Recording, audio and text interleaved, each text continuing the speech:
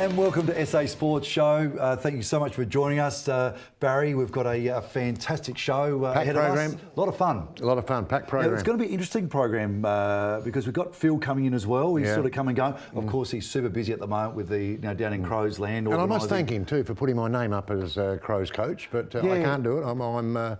I'm unavailable. Oh, he's told you that you can't. Oh, they mentioned me in the dispatches. Okay. Yeah. No, I don't think it got any further than the bottom of I'm sure they love me down there, mate. Yeah, that was it. But it's great. So he'll be sort of coming and going, and like I said, we got to. Oh, geez, look at the guests we got. But you're gonna have to stay tuned because don't want to spoil some fantastic surprises that we've got. Well, we got some terrific people in, and we got a little bit of controversy too. We got a lot of controversy. We got controversy corner with Bevo. The Cove Footy Club's in a little bit of. So we'll have a good chat with that with the Craig's coming in with the president Craig as well of the Cove. Yeah. Okay. And I know we'll chat about it a bit later, but well over 1,000 people at the club last Friday night. Amazing. Yeah. I sort of went along and they were expecting a couple hundred people, and it was just like an army of people. And I thought, wow! Great even support. to the stage, they had to put some lights on outside and they just had to let the kids out of the social club there at South Adelaide Footy Club because there was that many people there. Yeah. And I would say that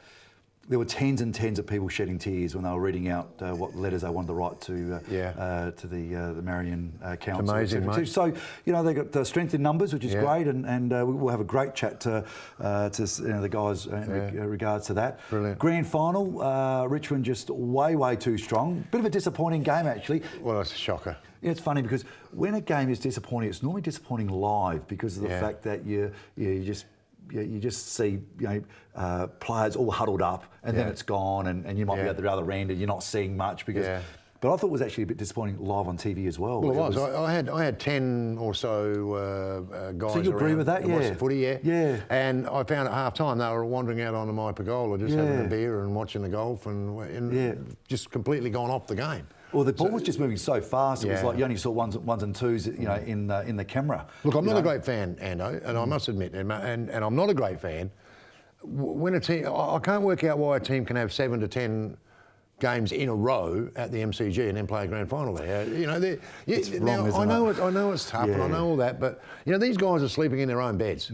They're happy. They're getting up there. They're having the same meal they have every time. It's a normal day, a normal week for them. That's why I thought the Geelong issue really stunk myself. I think they should have had their home ground advantage. Well, given where they finished. At the category. I really do. They deserve to play there.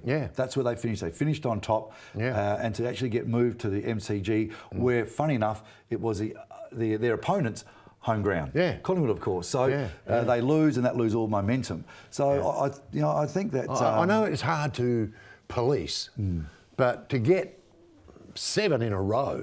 I think the same happened to Collingwood last year. They were given 7 to 10 games in a row. It gets to the stage now where you can't play footy at Etihad. The interstate teams should never be linked up to a game at Etihad because finals games at MCG, you've got to get experience at MCG. That's right. Because Richmond and Collingwood and these top clubs are.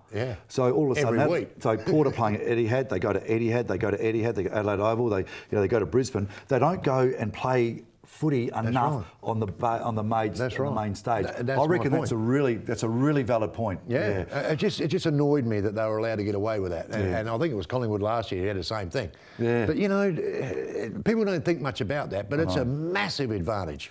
Mate, you're fired up. This is going to be a great show. I can't wait. But we've got to go to the latest news with Cyndal. Thanks, boys. I'm Cyndal King here with your sporting news.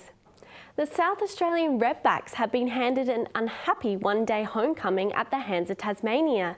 The Redbacks got off to a horror start and couldn't pull it back, with Tassie finishing off the game with 4 overs in hand in the first of their 2 games.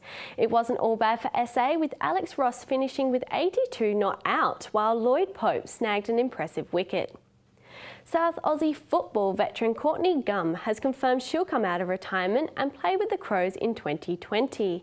Gum was named the league's most valuable player in 2018 and was named All-Australian this year.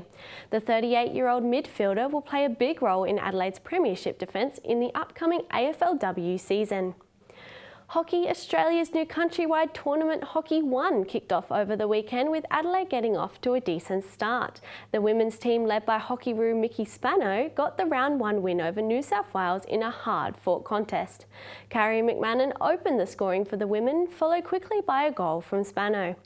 The men's team, however, couldn't get the job done against New South Wales, going down by 1 goal. Both teams will now head down to Tassie and take on the Tigers on Saturday night.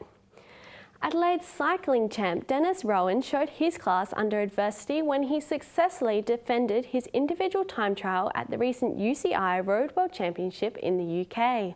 The superstar of cycling stunned his opponents by winning the individual time trial for the 2nd straight year. Rowan finished more than a minute clear of 2nd place, truly asserting his dominance and adding to his superb 12 months on the track. Melbourne United has crashed at the pre-season debut at the Entertainment Centre, downing Adelaide by 9 points. Jack McGovey led a 4th quarter comeback for the 36ers, but it wasn't enough to topple a strong Melbourne outfit. The 36ers officially kick off their season next Saturday in Sydney against the Kings. And some exciting news out of Adelaide United, with youngster Cassini Yangi officially signing a scholarship contract with the club. Following impressive appearances in the club's youth team in the local National Premier League, which included him bagging 3 goals, Yangi is getting a run in the Seniors Reds team. United will show off their fresh side in a week's time against Sydney at Cooper Stadium. Adelaide Bowls officiant Diane Miller has been recognised by Bowls SA and given the Appreciation Award for her contribution to the sport. Very well known around the SA Bowls scene, Diane is recognised for her passion and commitment, always jumping in to help wherever needed. Well done to Diane. And that's it for the sports news. I'll see you next week.